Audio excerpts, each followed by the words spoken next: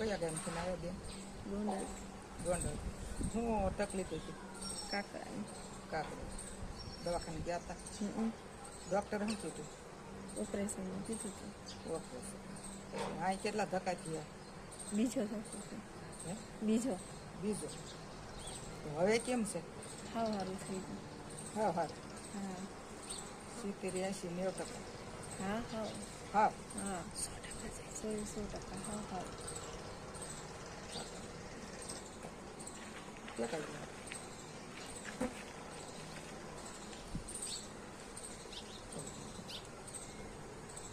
જીભને ઢીલી પડી રહેવા દો, હેઠે પડી રહેવા દો, પડી જ રહેવા દો, પડી જ રહેવા દો, એમ નહીં.